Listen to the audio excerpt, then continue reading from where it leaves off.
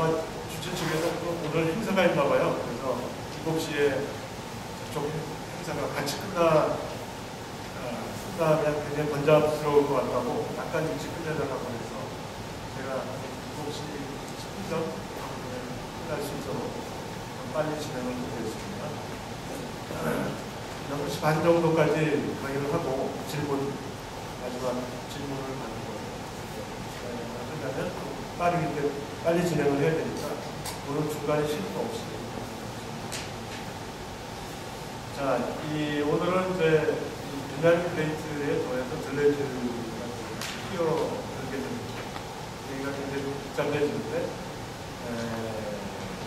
요약문을 보시면 요거는 이제 다른 제가 논문을 썼던 논문에다가 뒤에서 맨 뒤에 보시면 오론 정도가 있습니다. 브레이크하고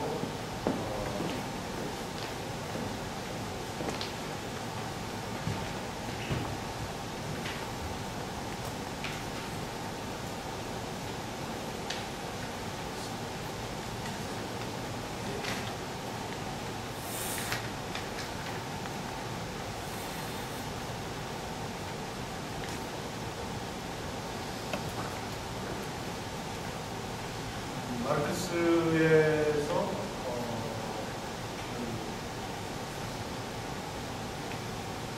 마르크스의 미학이념이라고 하는 부분을 보도록 정치가 있는데 그 부분은 뒤에서 다시 설명하려고 하고요. 내용은 이제 뭐냐면 베냐민과 브레이크가 주장했던 그런 감성적 인식의 성장과 관련되는 그런 미학적 사고 가 현대에 어떻게 연결될 수 있을까 생각해 봅니다. 그걸 이제 유비컨터스 시대 오늘날 유비컨터스 시대를 실감하고 있죠. 스마트폰 등으로 모든 게 연결이고 가상현실, 증강현실 실시간으로 자주 체험하게 되는 그런 시대에 이미지라고 하는 것이 어떻게 영화만이 아니라 나아가서 다른 예술적 실천에 관계되는 것인지를 살펴보려고 하는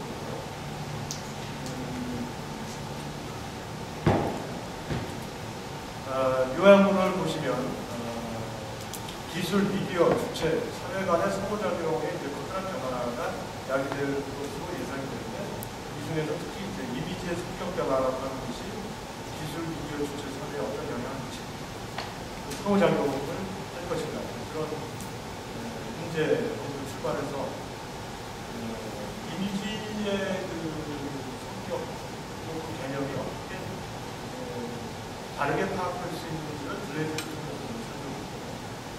그러나 들레즈의 이미지론에 몇 가지 문제가 있다라는 점을 비판적으로 검토하고 그래서 들레즈의 이미지론을 재구성할 때 베냐민의 이론이 어떤 도움을 줄 것인가 그리고 베냐민의 이론이 현재 디지털 미디어하고 어떤 관계가 있는가 이런 것들을 살펴보는 식으로 첫 번째 문제 자체에 현재 스마트폰이 공식적으로도 50%가 넘었다고 얘기하고 있습니다.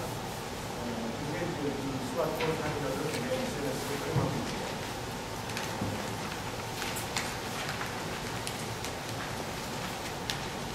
근데 이 말이 결국 뭐냐면 결국 구름처럼 대기 중에 컴퓨터가 퍼져 있는 거나 마찬가지입니다.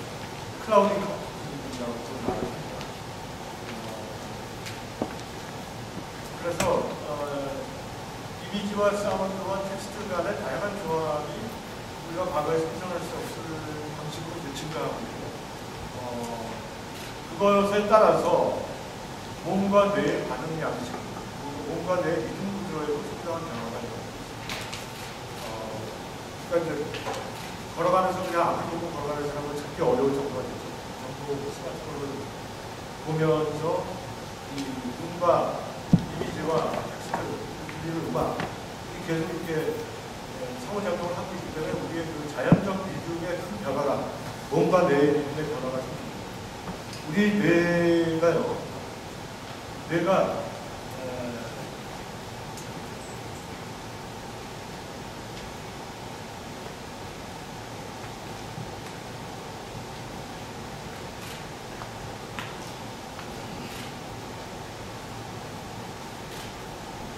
뇌가 고정되어 있는 게 아니라 우리 뇌가 이제 일정하다고 그냥 생각하지만 실제로 우리 뇌가 이 해외 수치가 달라요. 하루에 이 하나, 둘, 셋, 넷, 다섯 이 5개의 범위를 주파수 범위를 고르란 데이터를 하고 있어요. 그러니까 자는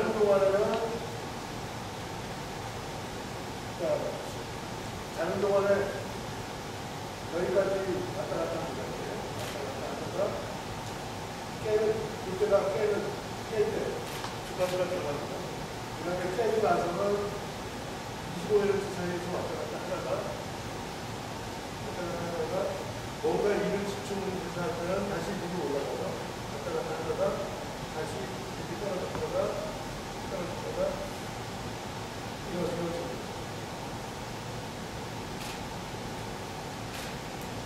이런 상태로 뇌가 이제 리드미컬하게 움직이는 거예요. 그러니까 하루 종일 어떤 일에 집중한다고 해서 성과가 안 나오는 이유는 뇌가 항상 이 상태를 유지해서 일정한 시간 동안, 하루에 4시간 동안, 길어야 4시간, 많아야 8시간 이상을 저 상태를 유지하지 못해요. 그 리듬이 주파수가 떨어져요. 그러니까 주파수가 떨어지면은 신경망의 활성화 정도가 떨어지기 때문에 아무리 주의를 집중해도 성과가 안 오는 거죠. 그 다음에 이제 자는 동안에는 완전히 떨어져서 그래서 우리가 이제 의식이 작동하지 않아요. 그러니까 우리가 무의식이라고 얘기하는 것은 이때가 기억이 왔다 갔다 하는 시기입니다. 이게 각성기인데 우리가 의식이라고 얘기하는 건 이 상태를 얘기해요. 이게 무의식. 이거는 우리 뇌 자체가 패턴이 상관없적으로 저렇게 짜여져 있기 때문에 어쩔 수가 없어요. 우리 마음대로 안 돼요. 그러니까 이런 리듬인데 이 리듬을 강제적으로 이 스마트폰을 항상 보고 여기다 항상 귀를 기울이고 하면서 이 리듬에 이제 교란이 일어난다. 또는 그 리듬이 일정한 방향으로 주로 움직이게 된다는 자연적 리듬하고 달라집니다. 그런데 이제 특히 증강현실이라고 하는 게 등장하는데 과거에는 VR, 버추얼 리얼리티 아니면 피지컬 리얼리티 또는 액츄얼 리얼리티 그게 실제 현실, 물리적 현실이 있고 컴퓨터로 보는 가상현실이 있어요. 근데 이제 증강현실이라는 건 뭐냐면 오그멘티드 리얼리티라고 하는 거는 둘이 겹쳐지는 거예요. 예를 들면 가상현실의 격투 게임은 나를 대신한 캐릭터가 가상 공간에서 가상의 적과 대결하지만 증강현실의 격투 게임은 현실의 내가 가상의 적과 현실의 공간에서 대결을 벌이는 이런 구조죠. 게임에서. 또 가상현실은 디지털 영화에서 많이 사용하지만 증강현실은 스마트폰 이용자가 일상적으로 사용할 수가 있습니다. 예를 들어서 이제 사용자가 증강현실 애플리케이션을 다운받아가지고 스마트폰에 올려놓고 그리고 이제 스마트폰의 내장 카메라로 특정 거리나 건물을 비춰주면 GPS 수신기가 그걸 받아가지고 기록을 해서 인터넷을 통해서 다시 위치 정보 시스템으로 연결을 시켜줍니다.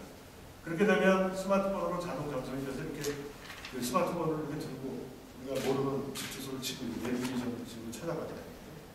그럴 때 스마트폰으로 실제 거리하고 GPS 그 지도가 같이 겹쳐져서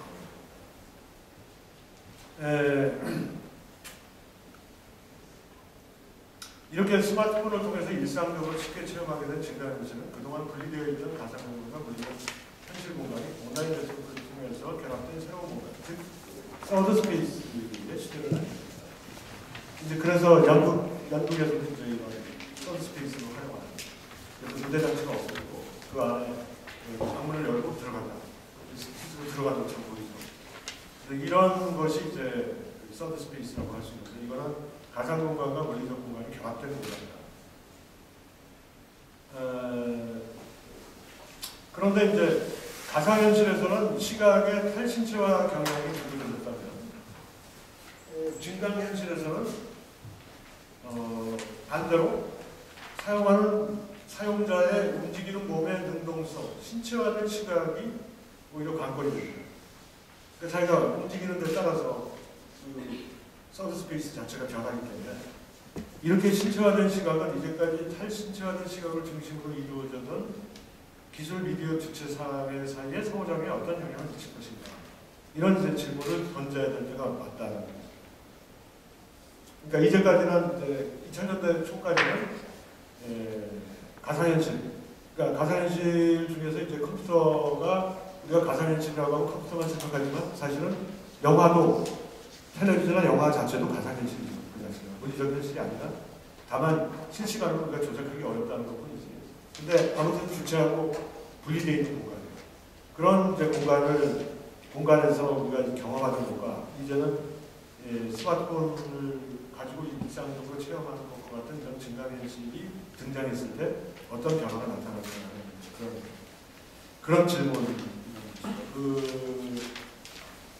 그걸 연구하는 것이 이제 미디어 생태학인데, 미디어 생태학은 기술 미디어 지각 양식 간의 상호작용에 초점을 맞춰가고 있고, 이런 상호작용이 예술 주체 정치의 상호작용에 어떤 영향을 미칠 것인가를 소개합니다. 그래서 이 질문에 답하려면 기술 복제 시대의 예술과 정치라는 관계를 탐구했던 베냐민의 문제의식으로 돌아갈 필요가 있다. 그래서 베냐민 우리가 살펴봤듯이 정치상태의 변증법이라는 관점에서 예술과 지각양식의 변화를 촉진했던 대중예술과 대중정치의 변증법이 어떻게 바뀔 것인가를 연구한 바가 있다는 거죠. 그런데 이제 베냐민의 변증법적 이미지 개념은 우리가 살펴봤듯이 결국 쉬운 개념은 아니죠. 근데 이 변증법적 이미지 개념은 일단 살펴본 바가 있으니까 이제 여기서는 그 이미지라는 개념 자체를 다시 한번 고찰해보자. 베냐민이 이미지 개념에 대해서 자세하게 기술한 바가 없기 때문에 들레즈가 이제 이미지에 대해서 아주 자세한 철학적 논의를 전개한 겁니다. 이게 들레즈의 영화 1, 2라고 번역이 되어 있는 책인데 1980년대, 82년, 85년에 두 권의 책을 썼어요. 그런데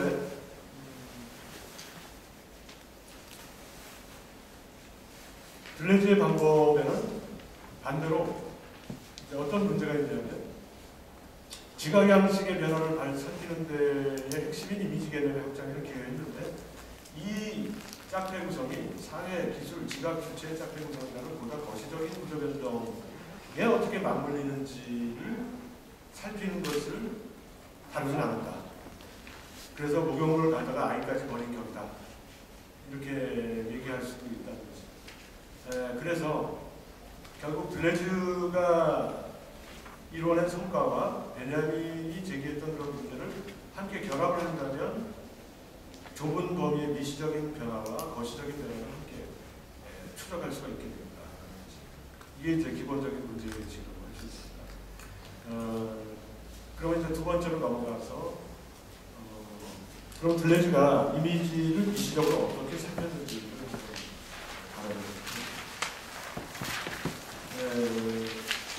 1983년에 영화 1, 운동일기를 1980년에 영화 2, 시간인지를 시작하는 것을 기술적, 비평적, 언어적, 교환적 측면에 중점을 두었던 기존의 영화적 개념들과는 번식하면서 전부어적이고 기호적인 세미올로지와 세미오틱을 구별하는 거죠.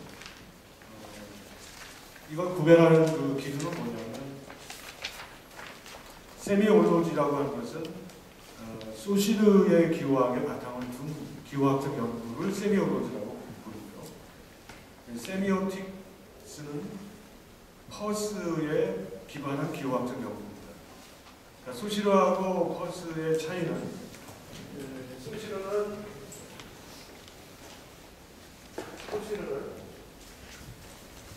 기호를 어떻게 정의하냐면 기표 플러스 기입이라고 소시르의 정의. 기표와 기이다. 그 기표는 뭐냐면 기호의 물질적인 측면. 기회는 기호의 뜻이에요. 기호의 물질적 측면을 대표적인 예로 드는 게 언어의 경우, 언어 기호라고 했을 때, 언어 기호의 경우에 대표적인 게 음성이거든요. 음성은 일정한 주파수를 가지고 길이를 갖고 있죠. 그리고 거칠기도 하고 부드럽기도 하고. 근데 그것이 일정한 뜻을 갖고 있어요. 담배라고 하는 음성과 실제 담배를 밝히는 뜻. 이것들을 구별할 수 있죠. 또 담배라고 하는 문자와 시가렛이라고 하는 문자, 영문자. 기표는 달라서 기표는 다른데 뜻은 달라요. 이런 게 이제 기표와 뜻을 구별하는 단순한 구별이에요. 근데 소시로는 이렇게 구별해서 모든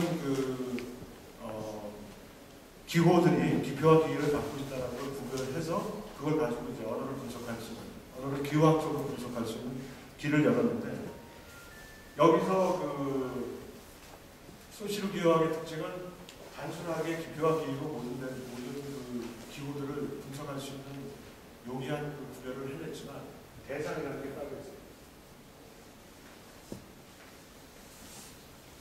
지시 대상이 없어요. 근데 펄스의 기호학은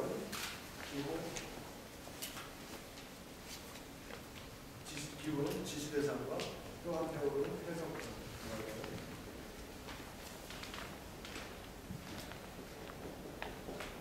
이 3자로 구성되어 있다. 그러니까 세 가지 요소로 구성되어 있다. 기호 그 자체. 그래서 이 기호 그 자체가 말하자면 소시로가 얘기하는 기표에 해당된다고 할 수 있습니다. 그 다음에 해석학이라는 것은 우리 머릿속에 떠오르는 의미, 이 기호를 봤을 때 머릿속에 떠오르는 의미. 그러니까 이것이 기의에 해당합니다. 그래서 그런데 이제 펄스는 지시 대상이라고 하는 다른 축을 하나 가지고 있어요. 기호가 구성되면 존립 조건입니다. 자, 그래서 소시로의 기호학은 언어라고 하는 기호를 분석할 때는 매우 체계적이고 매끄럽게 잘 진행이 되는데, 언어가 아니라 그림이라든지 음악이라든지 이런 기호 체계를 만나게 되면 분석할 때 매우 불안정해져요. 언어는 이 문자 기표들이 사전으로 잘 정리가 되잖아요.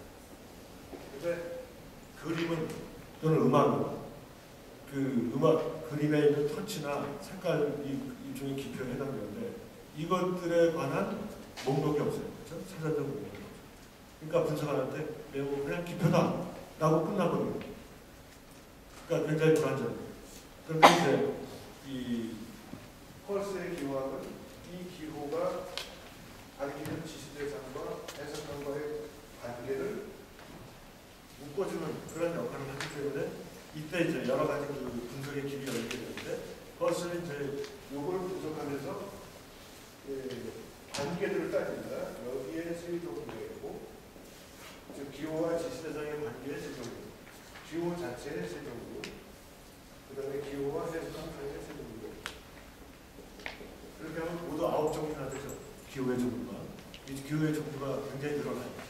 이럴 때 가장 많이 쓰는 분 중에 하나가 이 세 종류인데, 이 세 종류를 어떻게 구분하냐면, 첫 번째는 기호와 지시대상 사이에 유사한 관계. 두 번째는 기호와 지시대상 사이에 자연적 인과관계. 세 번째는 기호와 지시대상 사이에 사회적인 가능성.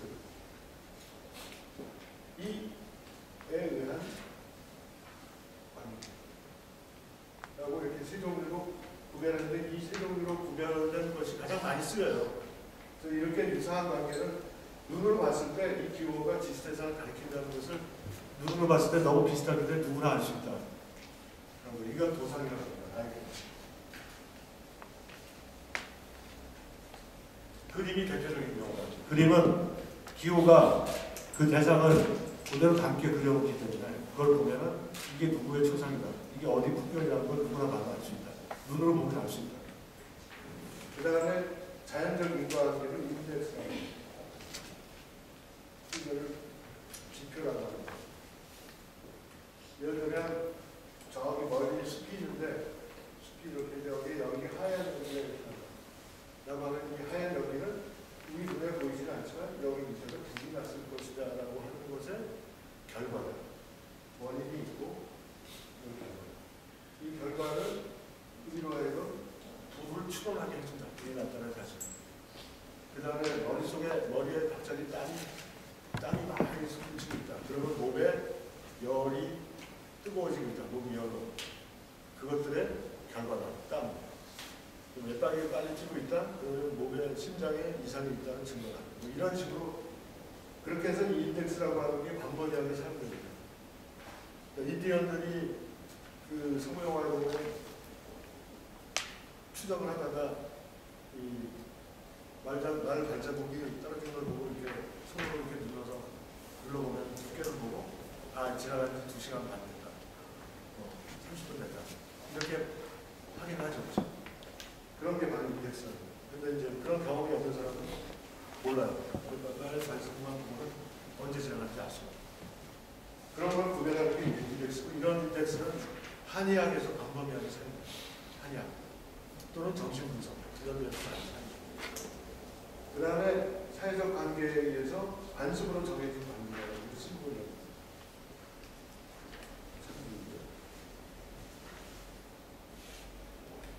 저거는 이제 뭐 상징은 태극기라고 하는 그 깃발은 대한민국의 국기다. 태극기만 보고 가가지고 이게 대한민국이라는 걸 사실 알 수가 없죠. 이거는 도상도 아니고 그렇다고 지표도 아니고 이거는 어느 날 어느 시점에서 대한민국 사람들이 이렇게 국기로 쓰겠다라고 결정한 사회적 관습이고 그 다음에 뭐 호랑이 마크는 고려대학의 상징이다. 호랑이하고 고려대는 아무 관계가 없거든요. 근데 어느 날 고려대학교가 자기네 분장으로 정하고 이런 게 이제 상징이라는 거예요. 대표적인 상징이 언어나라예요. 언어는 어느 날 갑자기 정해서 그때부터 그렇게 쓰기 시작하는 거예요. 이건 담배야, 또 이건 컵이야 이렇게 정하는 거예요. 그 다음에 문자로 대표적인 게 세종대왕이 어떻게 한글을 발견했죠. 그렇죠? 한글이라는 음성은 있었지만 문자는 없었잖아요. 그 문자를 언제 14세기 초에 아니 15세기에 그걸 지정을 한 거죠. 그렇죠? 저런 게 이제 상징이라는 거예요. 그러니까 이렇게 놓고 보면은 수시르의 기호학은 언어라고 하는 특정한 기호를 분석하는 데는 매우 유용하지만 나머지 기호들을 다루는 데에는 별로 도움이 안 된다. 그런데 반대로 퍼스의 기호학은 이제 언어도 다룰 수 있고 또 지표를 다룰 수도 있고 그림과 같은 상징도 다룰 수 있고 도상도 다룰 수가 있죠. 그리고 이제 그 밖에 여러 가지로 관계들이 많이 아주 복잡해요. 그러니까 퍼스의 기호학은 훨씬 그 적용 범위가 넓다 이렇게 얘기할 수가 있습니다. 들레즈는 이제 그 수시르 기호학이 아닌 퍼스의 기호학을 이용해서 이미지를 분석하려고 합니다. 그러니까 지금 그 기호학의 그 기본 정의에서부터 보면 퍼스의 기호학이 이미지를 다룰 때 유용하겠죠. 왜냐하면 이미지의 도상적 측면, 이미지의 지표적 측면, 이미지의 상징적 측면을 구분할 수가 있습니다. 그러나 수시르는 그런 구분을 할 수가 없어요. 그냥 기표일 뿐이에요. 그러니까 아무래도 분석해서 유리하겠죠. 그런데 이제 이 퍼스의 기호학은 사실은 유럽에는 잘 알려지지 않다가 이 들레즈가 80년대에 이 이미지론에서 퍼스를 주로 분석하면서 사실은 광범위하게 알려지기 시작했어요. 1970년대까지는 주로 수시르 기호학에 의해서 유거해서 이제 분석을 했었어요. 자, 그래서 이제 그 이미지 개념을 분석했는데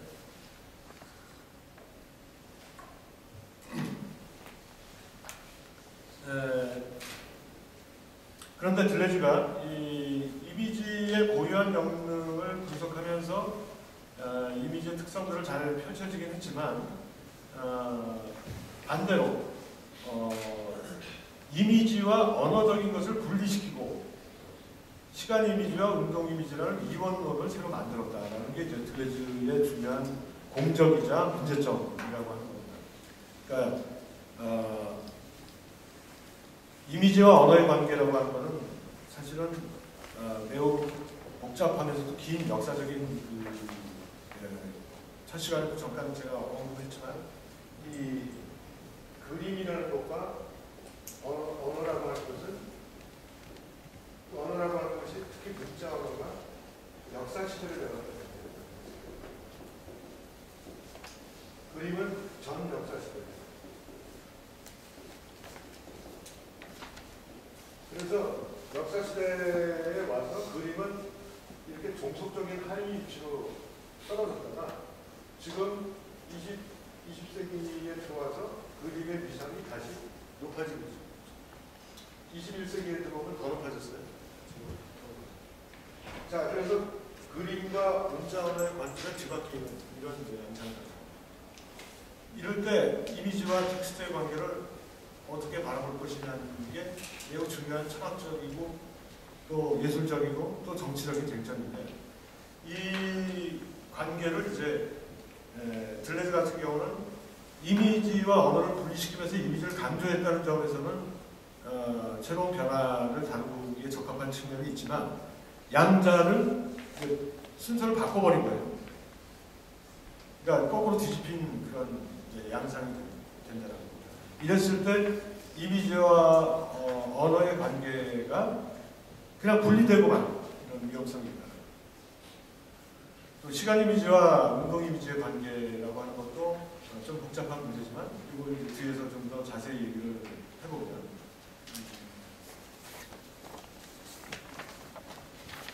여기 그 5페이지의 내용은 5페이지의 내용은 좀 더 복잡합니다. 복잡해서 건너뛰고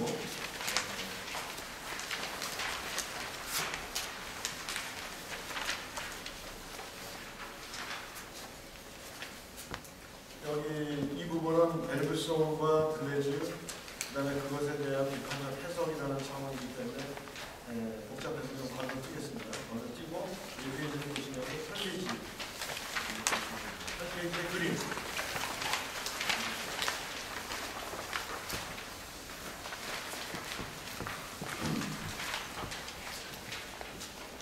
자, 여기서 8페이지 두 번째 문단을 보시면 A, B 단면이 두 번째 문단의 다섯 번째 줄 정도 보시면 일정한 부피를 갖는 이 동적 단면의 한쪽 면 AB와 BC, AB와 그 다음에 BC, AB라고 하는 것은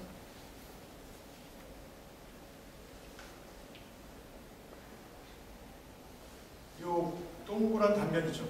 동그란 횡단면. 그 다음에 BC는 좀 더 작은 횡단면이 있죠. 그 횡단면 두 개를 보시면 그 두 개의 횡단면을 B라고 하는 그 짙은 선으로 보여지는 원뿔에는 두 개의 단면이 있다. 이제 이런 얘기죠. 이런 얘기입니다. 네, 이것이 있고 그 다음에 A라고 하는 부분은 점선으로 되어 있어서 열려 있어요. 계속 위로 쭉 올라가겠죠. 그 다음에 C라고 하는 것은 어느 지점인가 점으로, 꼭지점으로 맞닿아요. 맞닿을 때 이거를 A를 순수한 잠재태, 그 다음에 C를 순수한 현실태 이렇게 이름을 붙여보자는 거예요. 순수한 잠재태라고 하는 것은 예를 들면 현재 순간, 지금 현재 순간에 C라고 하는 순수한 현실태와 현실태는 예를 들면 내가 가장 극미한 어떤 한 지점으로 한 시간대에 몰리는 어떤 점이 있다고 쳤을 때 그 점을 같은 시간대에 우주 전체로 뻗어올리게 되면 점시라고 내가 눈앞에 보이는 눈앞에는 이 점시만 보이지만 이거를 둘러싸고 있는 공간 전체는 무한히 우주 전체까지 이제 뻗어나가겠죠. 이거를 순수한 잠재태 부를 수 있다. 이게 이제 들레즈나 벨브송이 시간과 공간에 관해서 이론적으로 추론하는 겁니다. 추론. 그 다음에 순수한 현실 때는 눈앞에 보고 있는 이 지점이라고 얘기를 하자라고 가정을 했을 때 우리는 실제로 C나 A에 도달할 수 없다는 거예요. 여기 이제 제가 얘기하고자 하는 요점은 뭐냐면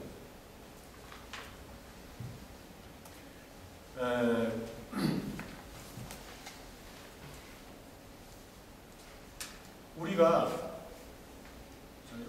요거는 이제 그 로날드 버그라고 하는 사람이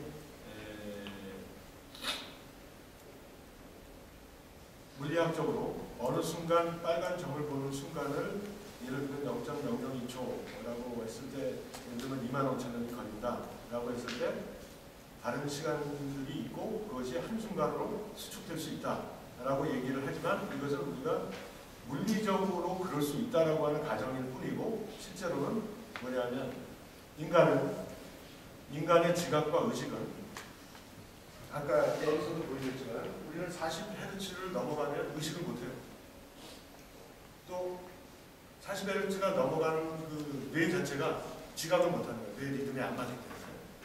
또 우리의 눈과 귀도 우리 눈이 볼 수 있는 지각의 한계가 있어요. 그러니까 우리 육안으로는 아무리 눈이 좋은 사람도 1km 밖을 내다볼 수가 있어요. 사물이 보이지 않아요. 그러니까 눈의 망막의 구조가 그렇게 되어 있어요.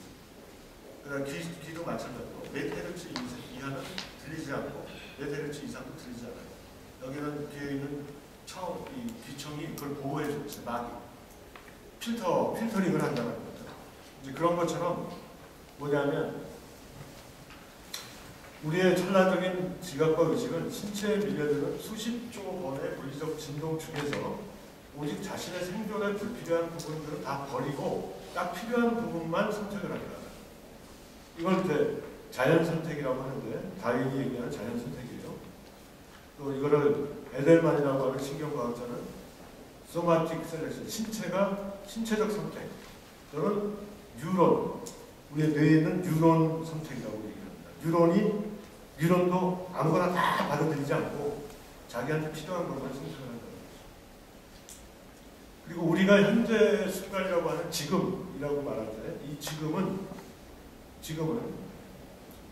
하면 우리가 어떤 길이가 없는 것처럼 느껴져요. 현재 순간은 길이가 없다고 생각하는데 우리가 현재라고 하는 것은 0.3초 동안 지속한다. 현재의 길이는 0.3초. 이걸 이제 신경과학적으로 증명해 보니까 0.3초더라고요. 그러면 이 말은 뭐냐면 0.3초 이하에서 움직이는 것은 지각을 못한다. 0.3초 이하에서 움직이는 것은 지각을 못한다. 그래서 이것 때문에 거꾸로 우리가 만약에 우리가 0.3초 이하를 지각하게 되면 어떤 일이 벌어져요? 영화를 볼 때 연속 장면이 아니라 다 끊겨서 보여요. 다 끊겨서. 사실은 그게 프레임들이 돌아가고 있는 거예요. 근데 24초, 1초에 24번으로 돌아가기 때문에 우리가 지각을 못하는 거예요. 근데 그거는 0.3초를 한 단위로 지각하기 때문에 그 사이 빨리 지나가면 그게 같이 움직인 걸로 보여요. 그래서 기계를 이용해서 0.3초 이하로 미분에 들어갈 수는 있지만 또 인간의 뇌신경 회로, 우리의 뇌 회로는 밀리세컨드라고 해서 1000분의 1초 단위로 계산을 해요. 뇌가 1000분의 1초 단위. 물론 기계로 하게 되면 1000분의 1초보다 더 짧은 시간 동안으로 계산을 할 수가 있어요. 근데 이제 인간의 뇌의 한계는 1000분의 1초 단위다. 그래서 대략 어떤 사물을 보고 우리가 저것이 예를 들면 파란 나비다 라고 지각을 하는데 걸리는 시간은 뇌가 그걸 알고 의식이 그거를 파란 나비다 라고 지각하는 건 250ms라고 하니까 어떻게 되죠? 0.25초 또는 150ms 0.25초 정도면 지각을 해요. 근데 그 사이에 망막에서부터 뒤에 후두엽 그리고 전두엽에 있는 기회로가 있어요. 우리 안에. 이걸 다 정부가 돌아다녀서 보내고 받고 해서 도달하는 데 걸리는 시간이 100mS, 150mS, 200mS 이런 식으로 걸린다. 그래서 평균적으로 0.3초라고 하는 것을 보고 현재라고 지각을 하게 된다.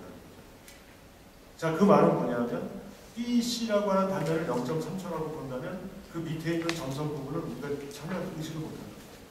의식하지 못한다. 아무리 그 밑에 많은 수의 진동이 있다면 0. 그러니까 1000분의 1 밀리세컨드로 나간다 할지라도 계산을 못한다. 의식을 못한다. 그러니까 우리는 공중에 떠 있는 거죠. 어떻게 보면 미분 상태로 놓고 보면 BC 단면처럼 공중에 떠 있다. 반대로 AB 단면, 큰 단면을 보더라도 1km 밖에 못 보잖아요. 1km. 그 밖 위는 못 봐요. 그러니까 이렇게 하늘을 보는데 1km 밖에 못 보니까 우리는 AB 단면, 위로는 AB 단면, 밑으로는 BC 단면의 공중에 떠 있는 셈입니다. 실제로 A에서 C까지 원뿔 전체가 우리를 관통하고 있다 할지라도 우리 몸 자체가 그것을 필터링 해내지 못한다. 우리 몸은 A, B에서 BC 단면에만 떠 있는 셈이다. 이게 이제 인간의 존재론적 한계다. 이렇게 얘기할 수 있습니다. 그러니까 문제는 뭐냐면 우주의 실제 상태와 인간의 존재론적 한계를 겹쳐서 봐야 된다. 우리가 신이라면 BC 단면을 무시하고 넘어갈 수 있겠는데 그렇지 않다. 그래서 9페이지를 보시면 우리의 신체만이 아니라 지속하는 우주적 실제 속에 존재하는 모든 부분 집합들은 B의 형태로 일정한 한계 내에서, 즉 A, B와 BC라는 상한과 하한을 가진 임계점 내에서 존재하다가 임계점을 넘어서면 해체되어 지속하는 우주의 다른 부분 집합들로 포함됩니다. 우리의 몸 자체가. 또 우리 몸만 그런 게 아니라 다른 나무, 생명체, 고양이, 사자, 코끼리도 마찬가지입니다. 돌멩이도. 가령 물은 0 내지 100도 사이에서 물의 양태적 특성을 유지하다가 이 임계점을 넘어서면 얼음이나 수증기로 환원됩니다. 온도는 태양이 발출하는 비대에너지의 열량이기 때문에 온도가 곧 영능, 힘이라고 할 수 있어요. 에너지가 곧 힘입니다. E 이퀄 MC 자승이라는 상대성, 특상대성 이론의 법칙이 증명하듯이 모든 에너지는 힘이에요. 온도가 낮아진다는 것은 힘이 사라진다는 뜻이에요. 인간의 몸은 섭씨 36.5도를 평균적으로 유지해야 하는데 이 온도의 상한선과 하한선은 그렇게 크지 않습니다. 몇 도를 못 넘어요. 5도 이상은 넘어요. 상한선. 40도가 넘으면 죽어요. 체온이 그 임계 범위를 넘어서면 우리는 사망합니다. 이 제한된 온도의 범위 B가 곧 지속하는 전체의 잠재체가 인간의 개체로 현신할 수 있는 상한선, 하한선이다. 자, 온도가 너무 높아지면 모든 개체는 플라스마 상태로 변합니다. 이걸 순수 잠재체라고 할 수 있어요. 플라스마. 이거는 기체를 더 계속 가열하면 플라스마 상태가 돼요. 기체를 한 10,000도씨 이상으로 가열하면 플라스마 상태가 돼요. 온도가 너무 낮아지면 모든 개체는 얼어붙어요. 이것이 생명체에 대해 적용할 수 있는 잠재체의 극한이자 현실체의 극한입니다. 따라서 그러므로 이 밑으로 내려가 보면 블레즈의 도식을 다음같이 수정할 수가 있는데요. 운동 이미지라는 동적 절단은 사진 이미지의 부동의 절단이라는 한 면과 열린 전체의 지속 이미지라는 다른 단면을 동시에 풀어놓습니다. 이 중에서 부동의 절단은 직접 표현할 수 있는 사진이라는 수단을 확보하지만 지속 이미지라는 후자는 직접 표현할 수가 없다. 오직 간접적으로만 표현할 수가 있다. 지속 이미지, 그러니까 열린 전체, 잠재체에 해당되는 그런 우리 그 신체의 한계를 넘어서는 그런 이미지의 부분은 우리가 이제 과학이 발전하면서 계속 그 거리가 늘어나고 있어요. 또 미시적인 부분도 늘어나고 있어요.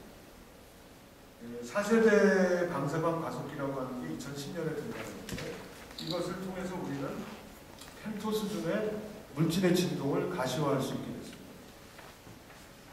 10의 마이너스 15m예요. 그러니까 나노 수준이라고 하는 것은 10의 마이너스 9m거든요. 10의 마이너스 9. 그러니까 그것보다 6배나 더 미세하게 사물을 관측할 수 있게 된다.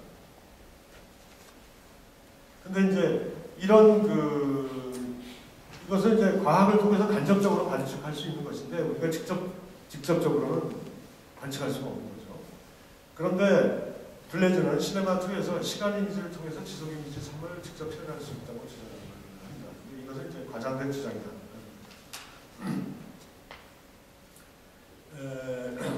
그리고 이것이 이제 가능하다고 하는 것을 블레즈는 픽션, 거짓의 영향, 픽션을 통해서 우리는 이 지속 이미지를 표현할 수 있다고 주장을 합니다. 근데 이런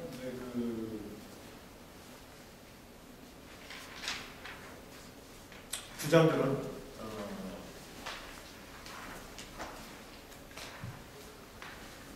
10페이지로 넘어가면 어떻게 되냐면 이런 부분들을 계속 밀고 나가면 어떻게 되냐면 꿈꾸는 순간과 같이 주체가 더 이상 실행하지 않거나 실행할 수 없는 운동을 세계가 책임지는 것과 같은 그런 운동의 탈개인화된 상태를 발견하게 된다. 자, 이렇게 되면 순수한 A나 순수한 C를 추출할 수 있는 픽션을 만들어낸다는 것인데, 그런 픽션이라고 하는 것은 사실은 거짓을 위한 거짓, 창조를 위한 창조, 꿈을 위한 꿈, 미술을 위한 미술, 형이상학을 위한 형이상학하고 다를 바가 없다. 이론적으로는 가능하니까 그것이 있다라고 얘기하는 것은 이제 그런 주장을 하게 된다는 것이죠. 그렇게 된다면 이거는 예술과 어떤 관계가 있을까? 예술이 만약에 이런 식의 형이상학으로 떠버린다면 이라는 문제를 이제 제기하게 됩니다. 그래서 이것을 수정을 하면 수정을 할 수 있다는 겁니다. 그러니까 들레즈나 벨브송의 논의의 일부들을 남기면서 수정을 할 경우에 아까 B에서 A, B의 단면과 B, C의 단면을 가진 하나의 그 실질적인 인간이나 또는 생명체의 입장에서 그 자신의 위와 아래로 열려져 있는 그런 그 잠재태하고 어떤 관계를 맺을 수 있는가를 이렇게 지금 완전히 분리된 상태가 아닌 연결된 상태로 재구성할 경우 다음과 같은 이제 그 작업을 통해서 재구성할 수가 있다. 그게 이제 첫 번째. 자, 이것도 좀 복잡하니까 일단 나중에 읽어보시고 제가 이것들을 묶어서 설명을 재구성되는 것이 어떻게 재구성되는 것인가 14페이지로 넘어가서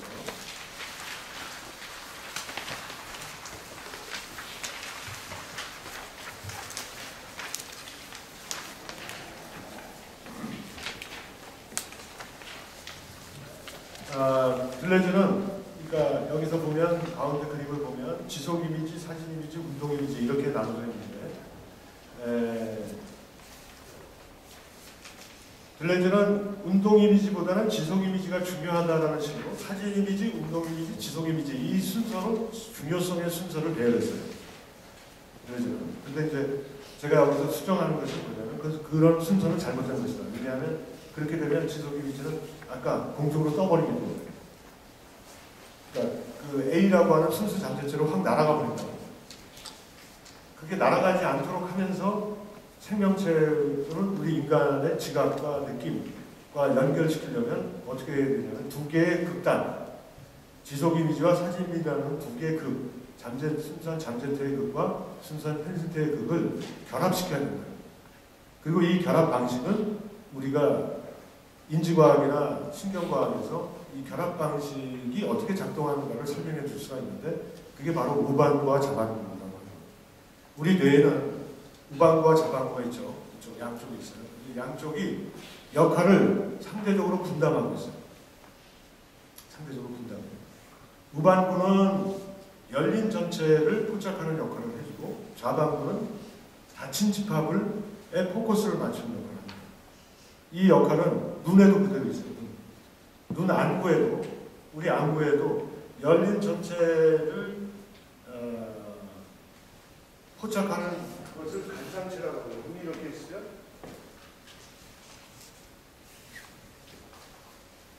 이렇게 눈알이 이렇게 돼 있죠. 축점이 있죠.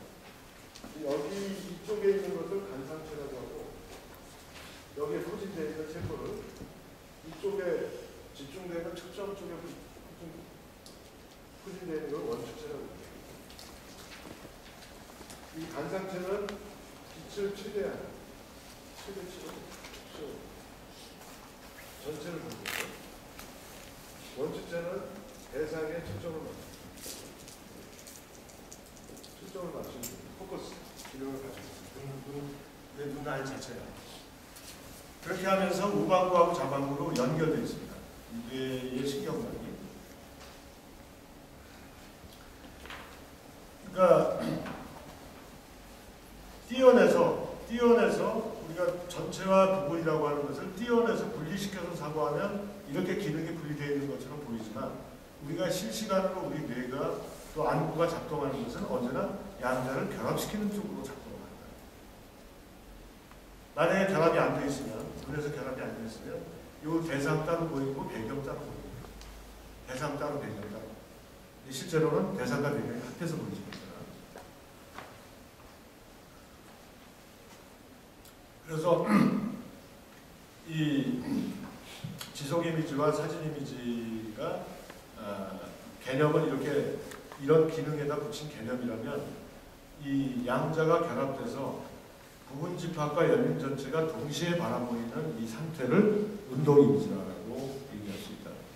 그래서 들레즈의 이론을 약간만 수정을 하면 신경과학의 이론과 결합해서 약간 수정하면 이런 식으로 재배치해서 사용할 수가 있게 된다. 자, 그러면 이렇게 재배치되는 결과가 어떤 성과를 가져올 것인가 하는 거죠. 그 다음에 살펴보려고 하는 것이.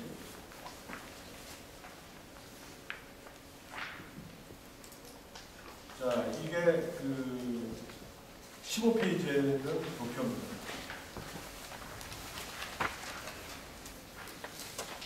15페이지의 도표인데요. 자, 현실화의 두 축은 성층화, 즉 운동 이미지다라고 하는 것은 운동 이미지는 두 개의 축을 갖고 있다. 어떤 축이냐면 하나는 영토화의 축이고 또 하나는 탈영토화의 축을 갖고 있다. 이 두 가지 축은 하나는 영토화의 축은 부분을 향해서라고 하는 거예요. 영토화의 축은 부분을 향해서 초점을 맞추는 겁니다. 즉 부분을 향해서 초점을 맞추는 거니까 이것은 좌뇌 기능하고 유사하죠. 영토화의 기능은. 그 다음에 탈영토화의 기능은 전체를 향해서 여는 것이에요. 따라서 이것은 우뇌의 기능과 유사해요.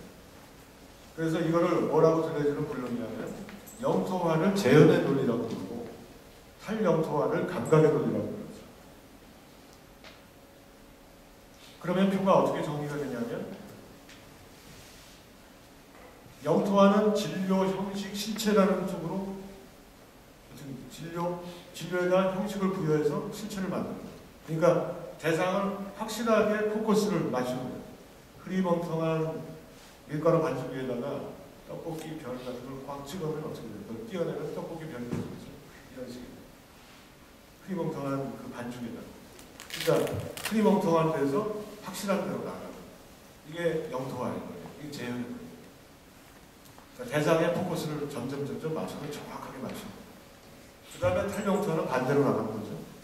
이것은 표현에서 내용, 좌방구에서 우방구 이렇게 나가는 것을 담론 또는 비담론이라고 얘기합니다. 담론, 표현, 담론, 엄표라고 하는 것은 다 어디서 이루어지냐면 실제로 좌방구에서 이루어집니다. 우리의 좌방구에는 이 좌측 여기 귀 위 부분을 만지시면 이 부분의 위쪽에 속에 베르니케, 브로카 베르니케라고 하는, 브로카가 있고 그 뒤로 보면 베르니케라고 하는 게 하나의 그 영역이 있어요. 그게 바로 언어 영역이에요. 그러니까 넘어질 때 이쪽으로 넘어지면 뒤쪽으로 넘어져서 이쪽 좌측 측두엽을 다치게 되면 말을 못 알아듣거나 아니면 말을 못 하거나. 말을 하는 것을 브로카라고 그러고 앞쪽에 있고 베르니케는 그 귀의 뒤쪽으로 있는데 그 그쪽에 있는 베르니케는 이제 말을 알아듣는 의미. 아까 기표를 발화하는 것을 브로카라고 하고 기를 알아듣는 것을 베르니케라고 하는데 이게 이제 측두역에 있어요. 이게 즉 좌반구에 있다는 뜻이죠. 좌반구 측두역. 그게 바로 언표, 표현, 담론. 우리가 말하고 토론하는 거죠. 담론. 담론이라고 하는 것은 두 사람 이상 사이에 말을 주고받는 걸 담론이라고 해요. 둘 이상. 즉 담론이라고 하는 건 대화. 대화를 토대로 해서 뭔가를 주장하고 논쟁하는 것을 담론이라고 하고, 언표라고 하는 것은 문장을 발화하는 거예요. 그냥 말하는 거. 말하는 행위. 자, 이런 것들을 표현이라고 하죠. 어떤 뜻을 갖고 있는 걸 밖으로 드러내는 것. 안에 있던 걸 밖으로 드러내는 걸 표현이라고 해요. 그 다음 내용이라고 하는 건 뭐냐면 그 표현에는 언제나 내용이 연관되어 있는데 내용은 비담론적이다. 즉 말로 하는 게 아니라 행동으로 하는 것이다. 말이 아니라 행동과 관련되어 있어요. 가시성, 행동은 눈에 보이죠. 눈에 보이고 물질적이고 이런 것들을 우리가 내용이라고 하는 거예요. 그러니까 내용이라고 하는 것과 표현이라고 하는 것이 그 기호학의 매우 중요한 구분 중에 하나입니다. 또 하나 진료, 형식, 실체. 실체에다가 가로 열고 기능이라고 써주셨죠. 기능. 자, 이것은 지금 기호학의 새로운 면이 등장하는 거예요. 여기서 소시로 기표, 기의, 그 다음에 기호, 지시대상 이렇게 구분했던 이거 말고 새로운 종류의 기호학인데 이게 윌리엄 슬래브라고 하는 사람이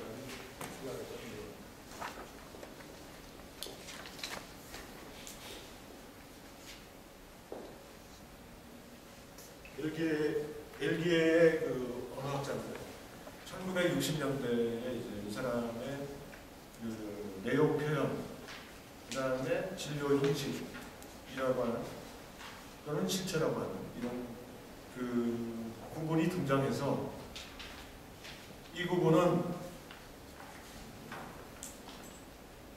실제로 복합적으로 구성되어 있는 텍스트, 예술작품 들을 분석할 수 있는 전체적인 프레임을 제공합니다. 그러니까 요 틀 안에 연극이면 연극, 영화면 영화를 다 집어넣을 수가 있어요. 자, 이거를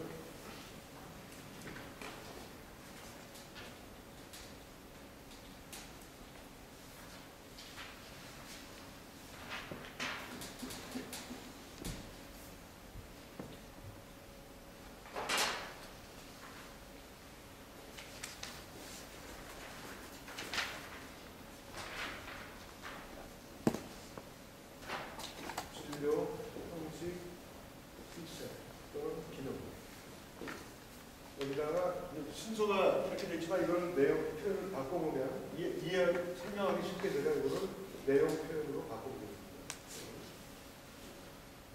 자, 영화 한 편을 만들 때 공정을 설명할 수 있어요. 영화 한 편의 공정을 설명하게 되면 연극의 공정도 또 그림을 그릴 때 또는 문학작품 만들 때 모든 공정이 다 같이 설명될 수 있어요. 영화가 가장 복잡한 공정이기 때문에 그 공정을 압축하면 되겠죠. 다른 것도 마찬가지이기 때문에 공정을 갖게 된다는 거예요. 내용의 진료, 즉 내용의 재료, 진료라는 건 재료, 머티리얼을 얘기하는 겁니다. 머티리얼.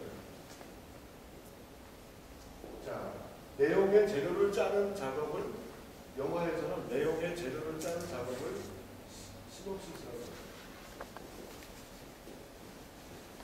A4 한 장에다가 종이 한 장에다가 자기가 이 영화를 어떤 내용의 주거를 갖고 있는 영화를 만들겠다고 쓰는 거 이런 거를 한 장에다 쓰는 걸 시놉시스라고. 시놉시스라는 말은 개관이라는 뜻이에요. 개관하다. 그러니까 경복궁 가면은 경복궁 앞에 큰 그 현판 밑에 보면 안대문 해가지고 영어로 뭐 짧게 써있죠. 그러니까 A4로 한 장도 안 돼요. 그게 이제 시놉시스예요. 경복궁 전체의 스토리를 설명해 줍니다. 그런 걸 이제 내용의 재료를 개관해 준다. 이 시놉시스를 짜고 나면 그 다음에 하는 작업을 뭐라고 부르냐면 트리트먼트라고 부르는 거예요.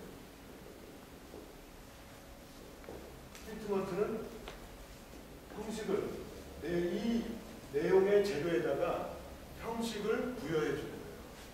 이때 형식이라는 게 바로 뭐냐면 프로세스. 인과관계. 이야기 줄거리가 1장, 2장, 3장이라고 되어 있는데 예를 들면 로미오와 줄리엣이다.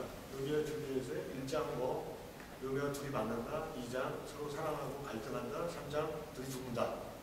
이렇게 되어 있을 때 요 간단한 줄거리에다가 인물들의 복잡한 인과관계를 집어넣어서 정교하게 사건의 구조를 짜는 거죠. 그걸 플롯이라고 합니다. 자, 이렇게 되면 한 10장으로 늘어나요. A4 10장으로 늘어나요. 그 다음에 이 트리트먼트를 가지고 여기다가 정확하게 각 장면별로 장면을 구현해요. 장면이 있으면 인물 간의 대화가 있고 그리고 지목이 있겠죠. 자, 이렇게 늘어나면 100장으로 이거를 시나리오. 시나리오라는 건 뭐냐면 장면. 씬. 장면을, 자, 트리트먼트를 장면으로 나눈다는 뜻이에요. 장면으로 나눈다.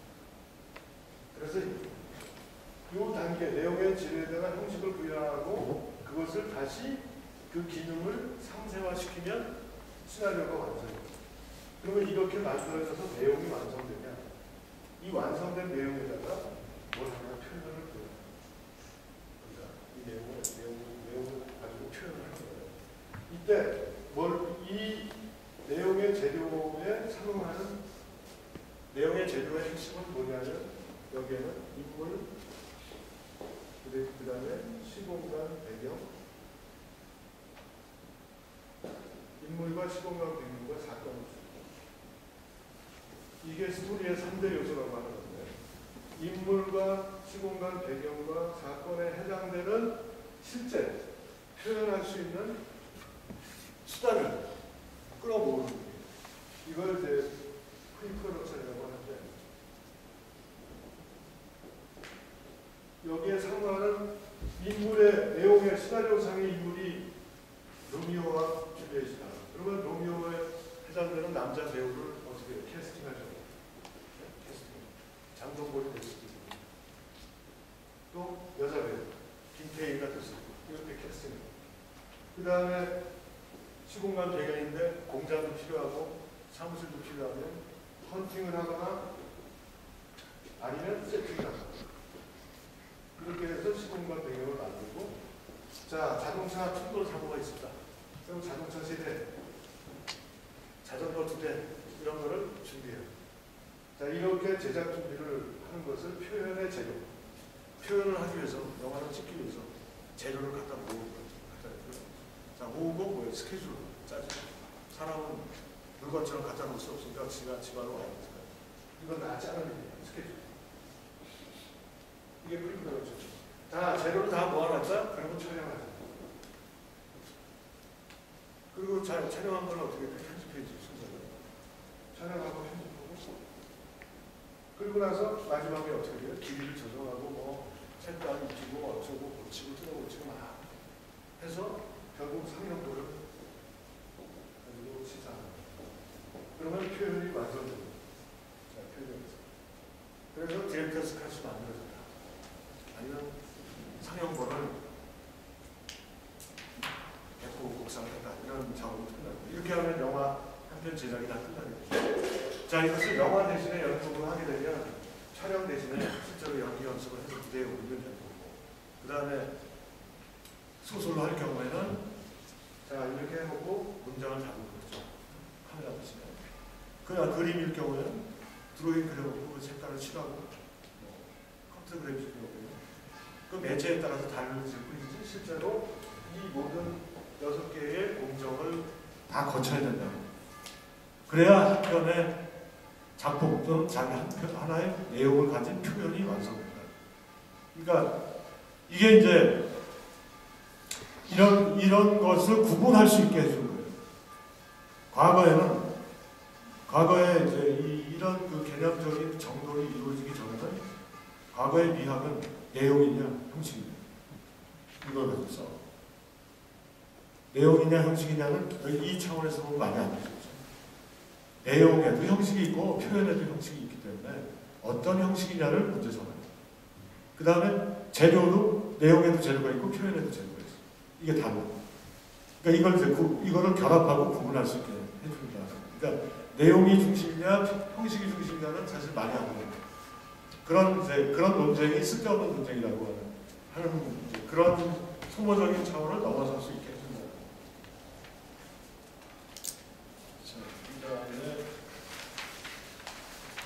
자, 그래서 여기서 지금 뭐냐면 이 표를 다시 한번 보시고 15페이지에 감각의 논리와 제한의 논리라고 하는 것을 놓고 봤을 때 제한의 논리와 감각의 논리가 둘 중에 하나만 가지고는 안 된다라는 걸 알 수 있겠죠.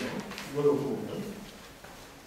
근데 과거에는 제한의 논리를 강조해왔다면 반대로 감각의 논리를 들레즈가 강조를 했지만 감각의 논리를 강조한다고 해서 제한의 논리를 벗어나가지고는 실제로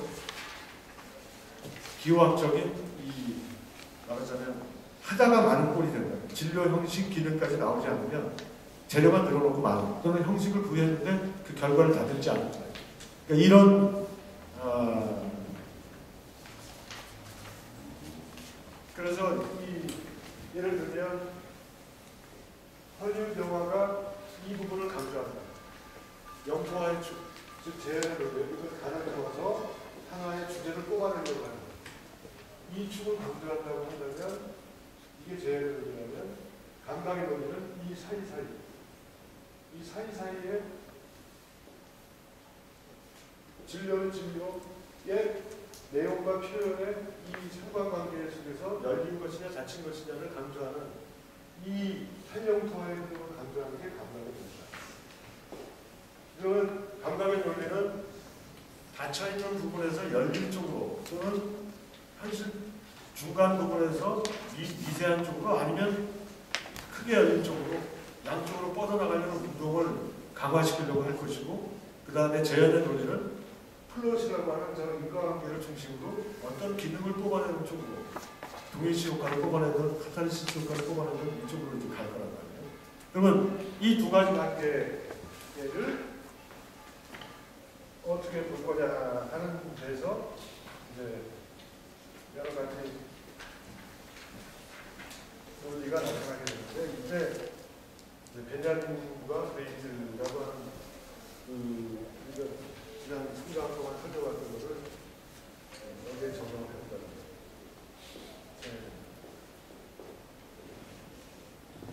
자, 제한의 논리는 영토화의 축이고 자, 이것은 초점을 맞추면 돼요.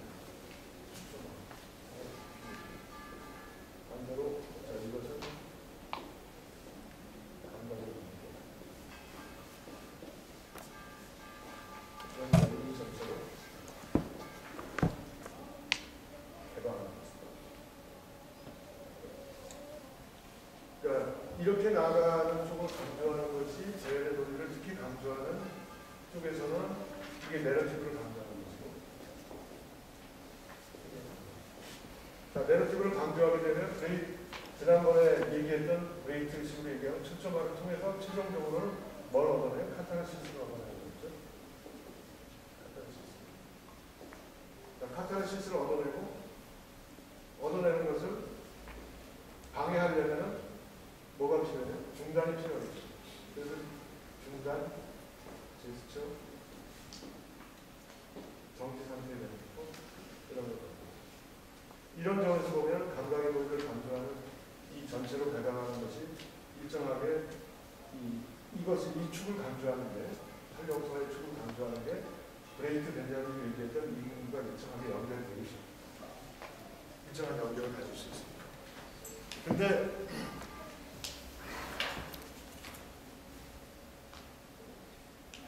문제는 만약에 이거 자체를 걷어버리는 것이에요. 이걸 얻고 저 X축을 이 X축을 Y축으로 대체시켜버리는 것이라면 얘기가 달라지겠죠. 만약에 대체시켜버리는 그러니까 X축에 문제가 있다고 해서 X축을 버리고 Y축만 만약에 세우려고 한다면 그런다면 어떻게 되겠어요? 그러면 아까 얘기한 그 운동 이미지 자체가 사라져서 지속 이미지나 또는 사진 이미지로 양은 분해가 되버릴 거 아니에요. 우리 실제로 작동하고 있는 겹쳐져 있는 논리가 아니라 양쪽으로 사라져버리는 거죠. 그러니까 이 바람직한 것은 이 두 개의 축을 동시에 작동시키는 거다. 그렇게 되면 아까 이 가운데 부분이 동시에 이렇게 이것 따로 아니라 이것이 연결된 부분으로 작동할 수 있게. 그렇게 했을 때 이제 그러니까 브레이트 얘기를 지난 시간에 했을 때도 브레이트 얘기에서 요점은 감정의 카타르시스를 반대한다고 해서 감정을 버리고 감정 없이 이성만 얘기하는 것이 아니라 감정 중에 타락한 감정을 비판하면서 진정성의 감정과 이성적인 비판을 다시 결합하는 것이다라고 얘기했던 것처럼 그런 것처럼 이제 이 재구성된 결합이라고 하는 데에 즉 닫힌 부분 집합과 열린 전체의 변증법이라고 하는 양자를 버리는 것이 아니라 양자가 재결합하고 재구성되는 이런 차원으로 판단돼야 됩니다. 그래서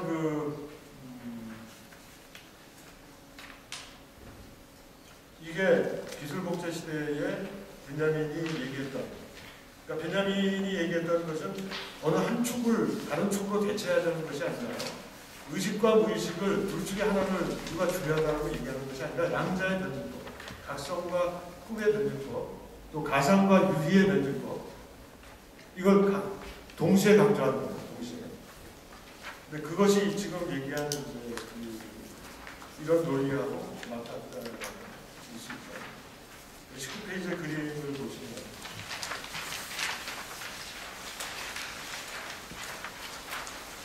페이지 그림을 A는 닫힌 부분파이고 좌에 해당되고 B는 열린 전체로 우회에 해당되면 C는 가운데 있는 붉은 점선 C는 좌내 플러스 우회가 해당되고 있다. 그렇다면 1번 몰적 영토화의 방향, 이거는 뭐냐면 열린 전체를 닫힌 부분 집합으로 영토화시키는 거예요. 초점화시키는 거. 그리고 하나의 덩어리를 만드는 거. 확실한 덩어리를 만들어서 명확한 구획을 만드는 것. 이것이 사진 이미지가 만들어내는 가상이다. 사진 이미지는 우리가 사진 이미지라고 찍을 때 흐릿하게 초점을 안 맞추고 찍는 사진은 없죠. 그건 실패한 사진이기 때문에 현상적으로 버리죠. 물론 이제 일부러 만데이처럼 햇빛에 망망에 비치는 빛의 그림자를 포착하기 위해서 일부러 흐릿한 사진을 쓰지만 그 흐릿한 사진도 빛을 놓고 망망에 놀이하는 여러 가지 사진들을 찍어놓고 그 중에 잘된 부분을 골라서 현상에서 걸어놓지 흐릿하고 실패한 초점이 안 맞는 걸 일부러 걸어놓지 않는다. 사진 이미지의 특징은 가상을 하나의 프레임, 풍경 속에서 한 프레임을 딱 잘라내서 가장 아름다운 뷰티풀한 가상을 만들어내는 것입니다. 그게 이제 사진 이미지의 역할이라면 그걸 볼적 영토화라고 할 수 있습니다. 그 다음에 반대로 분자적 탈 영토화는 그 반대 방향으로 나갑니다. 부분 집합을 깨고 전체로 나갑니다. 이게 유희, 벤자민이 얘기했던 유희고 지속 이미지의 베르그송이 얘기하는 지속 이미지, 전체, 열린 전체 속에서 노는 거예요. 빛의 유희예요. 근데 이제 3은 뭐냐면 다시 중간 부분으로 돌아오는데 이때는 니종적인 재영토화다. 이게 이제 가상과 유희의 변증법이고 재현과 추상의 변증법. 이거를 형상이라고도 할 수 있고 운동 이미지라고 할 수 있다. 자리를 재조정하면 이렇게 된다는 거예요.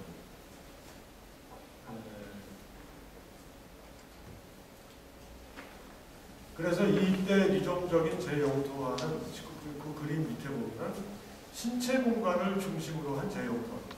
그러니까 허공을 중심으로 한 재영토가 아니라 신체가 움직이는 공간, 신체가 움직이는데 필요한 공간, 그런 신체의 움직임이 만들어내는 공간을 이제 신체 공간이라고 할 수 있는데 이것을 중심으로 한 재영토화입니다. 잔해와 운해가 독자적으로 조립하지 못하고 뇌량이라는 게 있어요. 이 잔해하고 운해를 가운데 있는 3cm 정도 두께가 안 되는 그런 이 뇌량 하나의 그 중간 고리가 있는데 그 뇌량은 막혀 있고 열려 있어요. 막혀 있는 부분과 열려 있는 부분이 있어서 좌뇌 정보가 우뇌로 넘어가고 어떤 정보는 못 넘어가요.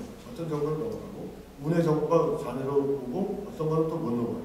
이렇게 선택적으로 연결을 해주는 그래서 교량 같아요. 진짜 우리가 국경선이 있으면 국경선에서 브리츠가 있는 곳으로만 넘어가지 나머지는 못 넘어가잖아요. 좀 철망이 쳐져 있어가지고 그와 같이 뇌량은 분리와 연결을 동시에 해주는 역할 이거 아티큘레이션이라고 하는데 절합이라고 합니다. 분절과 결합을 동시에 한다는 거예요. 외부 세계로부터 오는 정보를 처리하는 뇌는 몸으로부터 오는 정보와 결합하지 않고 작동할 수가 없어요. 이 말은 뇌만 솔로 존립하지 않는다. 뇌는 외부 정보를 처리하는 부분하고 몸에서 오는 내장 정보를 처리하는 부분이 결합해야만 온전하게 작동을 합니다.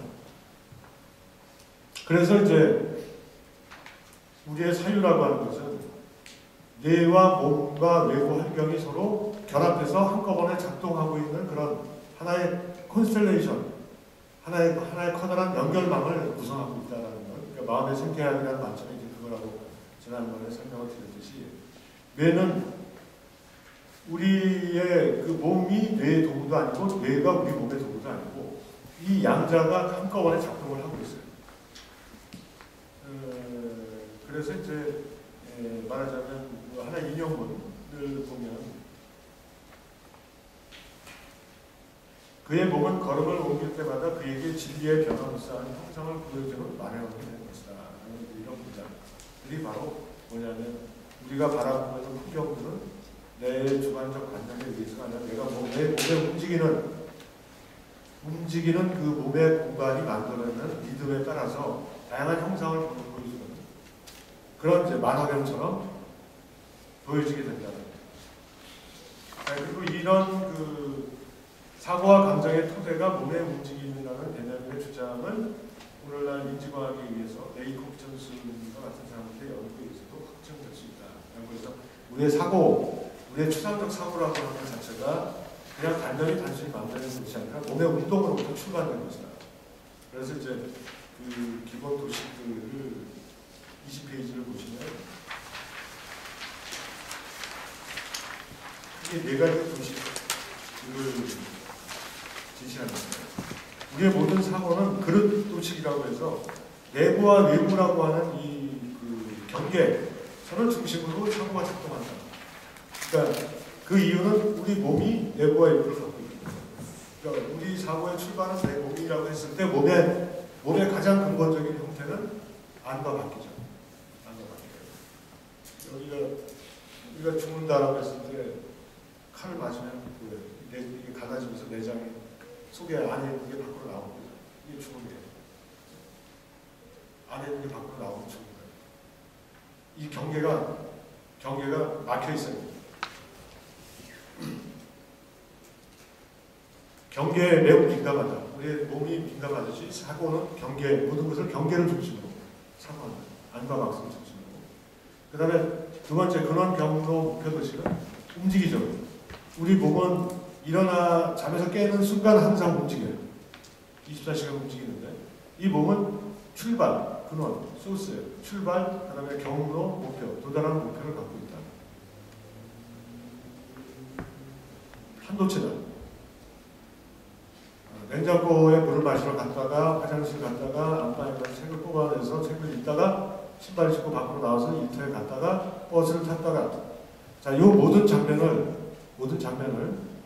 마치 영화 찍듯이 쇼트로 분할해보면 우리의 24시간은 수천 개의 쇼트들로 이렇게 나눠져 있습니다. 한 쇼트는 카메라를 온 했다가 한 때까지 짧은 시간을 쇼트라고 하죠. 내가 이거 마시고 걸어 나와서 일 보고 돌아오고 시장 보고 수많은 출발, 경로, 목표로 끊어져 있죠. 잠에서 물건 사고 나면 그 사람하고 계속 얘기 안 하고 돌아서 온다. 거기 쇼트가 끝나요. 진짜로. 계속 이어져서 거기 앉아서 주거니 받거니 하면서 거기서 같이 앉아서 밥 먹고 살지를 않는단 말이죠. 우리는 딱 끝내고 다시 다음 길을 가고 다음 길을 간다. 그러니까 이렇게 나눠져 있다. 그 다음에 신체적 투사. 자, 내 몸에는 경계만 있는 게 아니라 앞이 있고 뒤가 있고 옆이 있고 양옆이 있고 그리고 상하가 있어요. 그러니까 경계라고 하는 가장 일반적인 첫 번째 것 다음에는 등장하는 게 뭐냐면 둘러싸. 그러니까 모든 전치사들은 다 우리 몸의 비포, 애프터, 사이드, 백, 전부 이런 식으로 구성되어 있다. 모든 개념들이. 독일 철학은 특히 이 전치사를 어마어마하게 가장 잘 사용해요. 독일 철학이. 그 이유는 독일어 구조 때문이긴 한데 이 신체적 투사라고 하는 개념을 철학적 사유에 가장 핵심으로 끌어들이는 사람 중에 대표적인 인물이 하이데거예요. 하이데거 철학은 전부 미트, 인, 전부 이런 그 전치사들을 앞에 붙여서 만들어요. 다자인, 미트자인, 다 전치사를 앞에 붙입니다. 이걸 가지고 의미 관계를 완전히 뒤바꿔버려요. 근데 그게 다 신체적 투사와 관련돼요. 그 다음에 영상도식과 다른 공간적 관계를 준다. 즉 부분과 전체, 중심과 주변, 연결, 주기, 반복, 접촉, 인정. 자, 모든 은유, 환유로 구성되어 있는 모든 개념들 다 이런 도식을 따는 거야. 이게 기본 도식이에요. 그러니까 이 네 가지 기본 도식을 생각하면 우리가 사유, 철학적 사유라고 하는 것이 무엇인지를 더 알기 쉽고 또 이해하기 쉽고 또 자기가 조작 가능한 것으로 끌어당길 수 있다. 근데 대부분의 철학들은 이런 도식으로부터 출발했음에도 불구하고 허공에 떠 있어서 우리의 신체적인 사유하고 안 맞아 떨어지는 것처럼 그렇게 이제 허공에 떠 있다는 걸 비판하기 위해서 이런 개념들을 등장을 시킵니다. 그래서 그런 것들로부터 떨어져 있는 사유들이 얼마나 허구적인가 이거를 민주과학적으로 비판하는 그런 역할을 할 때 이런 부분이 끌고 나갑니다. 자, 그래서 결국은 허공으로 치솟아 있는 형이상학적 사유, 또 아까 도식으로 얘기하면 지속하는 이미지하고 그냥 무한한 우주 속 위에 떠있는 사유를 내 신체와 몸 주변으로 끌어내려서 그것을 같이 결합을 시켜나가는 이런 방식이 이제 필요하다고 얘기할 수 있고, 그것이 이제 몸을 중심으로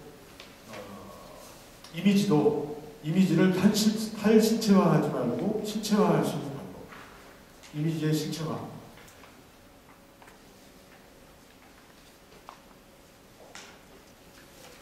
그 예로 이제 마크 한젤이라고 하는 사람이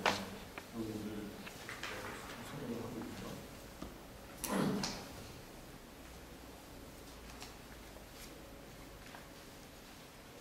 자, 그리고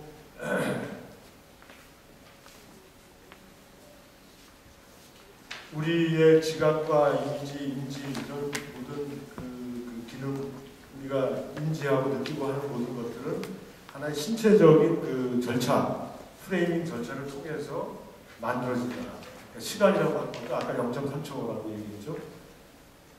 개구리나 또는 모기는 현재를 다르게 느낀다. 우리는 인간이라고 하는 신체를 갖고 태어났기 때문에 0.3초를 현재로 느낀다. 근데 잠자리나 개구리나 다른 동물들, 우리하고는 현재를 다르게 느낀다. 자, 이게 바로 신체적 프레이밍 절차라고 합니다. 신체적 프레이밍을 통해서 시간과 공간을 우리가 다르게 인지한다. 그러니까 시간과 공간이 추상적이고 절대적인 게 있는데 우리가 따라가는 게 아니라 그 여러 가지 층위가 있지만 그 중에 어떤 부분을 우리가 현재로 느끼고 어떤 부분을 과거로 느낀다. 이게 이제 21페이지에 나와 있는 거고요. 마지막으로 자, 나아가서 베냐민 대기를 다시 한번 정리를 해보면, 베냐민 대기는 역사의 문화는 교배이고 진보가 아니라 현대다. 자, 이거는 조밀하게 쌓인 장기적 소비적 공간의 공속에서 만들어버린 인간 신체에 내재된 관계적 공간의 장기들을 신체화된 체험적 공간의 장기들을 지금 여기서 펼쳐나가는 겁니다. 이것이 19세기의 꿈과 깨어있는 기중의 현재 상태는 시위처럼 평평하게 긴장시키면서 만들어낸 전기권적 학살이다. 자, 이렇게 이게 이제 다른 글에서 제가 앞에서 얘기한 글과 아닌 그게 아닌 다른 글에서도 설명했던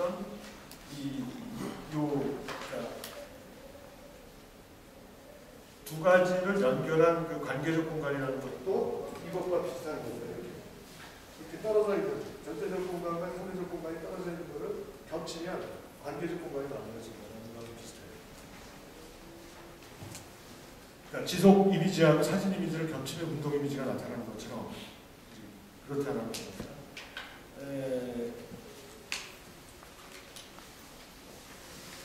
그래서 23페이지로 넘어가면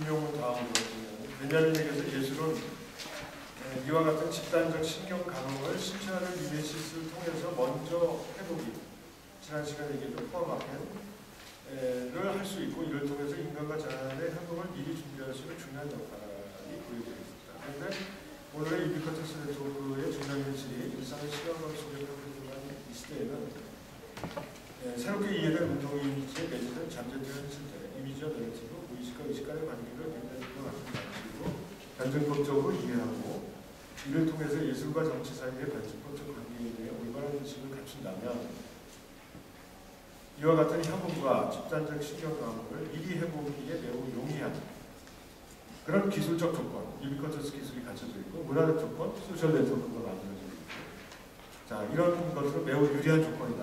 베냐민이 가상과 유의의 변증법을 충분히 펼쳐보일 수 있어야 한다라고 했던 것이 그 시대에 불충분했던 조건 뛰어넘어서 오늘날에 이제 이런 조건을 만들어주고 있다. 하지만 이런 조건들은 베냐민이 말했던 예술의 정치화의 필요 조건이지 충분 조건은 아니다. 충분 조건을 만들려면 다음과 같은 관계를 해볼 필요가 있다. 자, 이 글에서는 이미지와 내러티브의 관계가 상호 배척적인 이미지가 여기서 얘기한 감각의 논리고 내러티브가 재해의 논리라고 이해를 하시면 됩니다. 그 배척적인 것이 아니라 두 가지가 겹쳐져 있는 것이다라는 것을 밝힘으로써 영화에서는 이미지와 내러티브 간의 변증법이 없이는 영화는 성립되지 않습니다. 만약에 이미지만 늘어놓으면 사진이 되고 내러티브만 늘어놓으면 소설이 되기 때문에 이 두 가지가 결합되지 않고서는 영화가 만들어질 수 없어요. 그거는 연극도 마찬가지라고 할 수 있어요. 근데 여기서 말하는 변증법은 해결 변증법이 아니라 정반합이 아닙니다. 정반합이 아니라 베냐민이 말하는 정지 상태의 변증법을 의미합니다. 이 변증법에서 대입하는 양극성은 개인에게는 꿈과 각성으로 즉 처음부터 끝까지 계속 같이 이 양극성이 해소되지 않은 채 계속 있다라는 거죠. 해소가 되지 않고 단지 어떻게 겹쳐져 보이느냐 문제는 개인에게나 집단에게서는 이 변증법적 양극성이 비변증법적으로 분리된 상태를 넘어서 척도없는 네트워크처럼 가변적인 성자를 구성하면서 부정과 같은 에너지를 방출하도록 만드는 것이 바로 예술적 훈련의 과정이고 베냐민이 말하는 미메시스의 미학의 정석입니다. 여기서 요점은 과거와 현재, 의식과 인식, 집단과 개인의 신경 강화과 같이 상반된 것들이 갑자기 하나의 긴장된 성자, 즉 변증법적 이미지를 이용해서 전체 지역을 지정하는 그런 순간을 포착하는 것이다. 이런 방법은 영화를 통해서 펼쳐지는 다층적 운동 이미지들의 전개와 언어와 행동과 이미지의 결합에서 나타나는 내러티브의 흐름 사이에서 어느 순간 첨가될 수 있는 변증법적 이미지를 포착하기에 적합한 방법이다. 다시 말하면 여기저기 흩어져 있는 프레임과 셔트들에서 이미지들의 성자를 찾아내는 방식으로 선형적 그룹에 갇혀있던 영화적 몽타주에 대한 비상기적 이미지를 열어줄 수가 있다.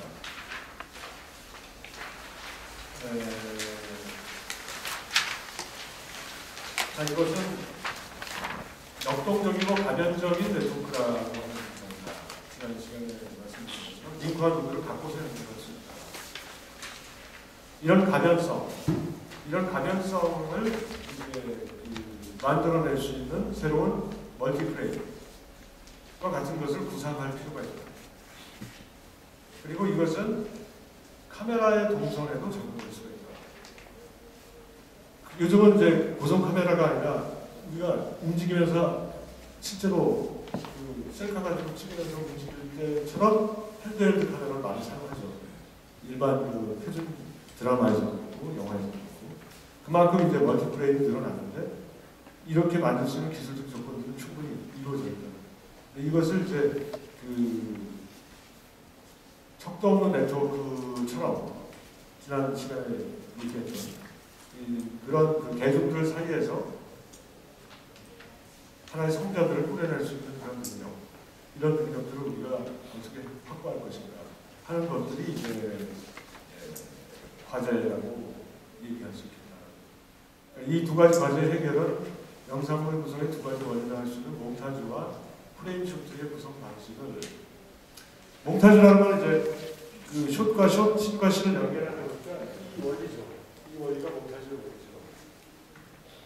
그다음 프레임과 쇼트를 구성하는 원리가 이 원리입니다.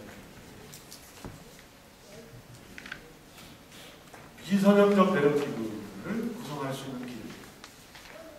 비선형적 내러티브를 구성한다는 것은 이제 수많은 중단이 있어서 그 브레이트가 얘기했던 그런 중단으로 구성되어 있고 다시 연결되고 중단되고 다시 연결돼요.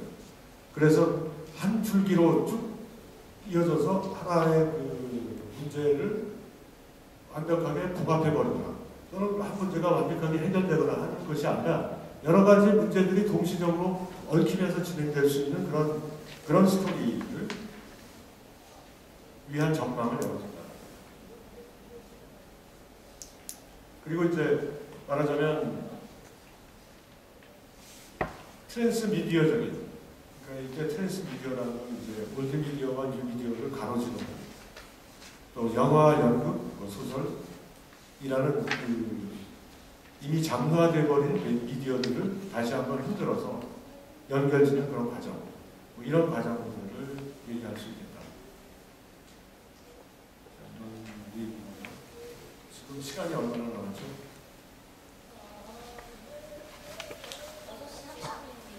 6시 30분. 뒤에는 그런 부분만 잠깐 설명하고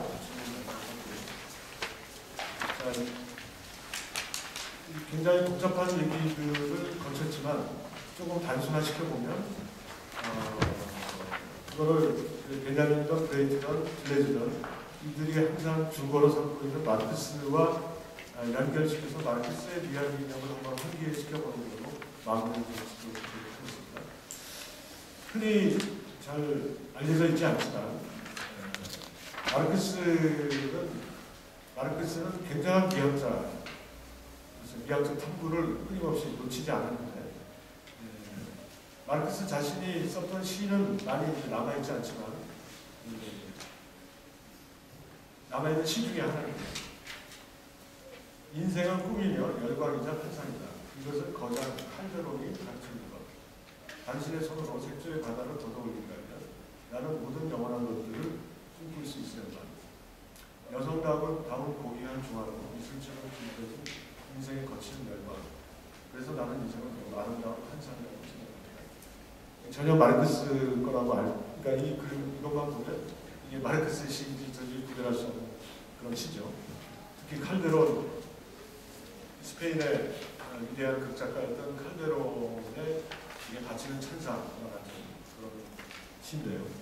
이게 이제 마르크스의 미학이념의 한 단면을 보여주는 거죠. 마르크스가 말하자면 이 꿈과 열광과 판타지라고 하는, 그러니까 우리가 예술이 갖고 있는 가장 강력한 힘 중에 하나라고 할 수 있는 꿈을 만들어내고 열정을 고취시키고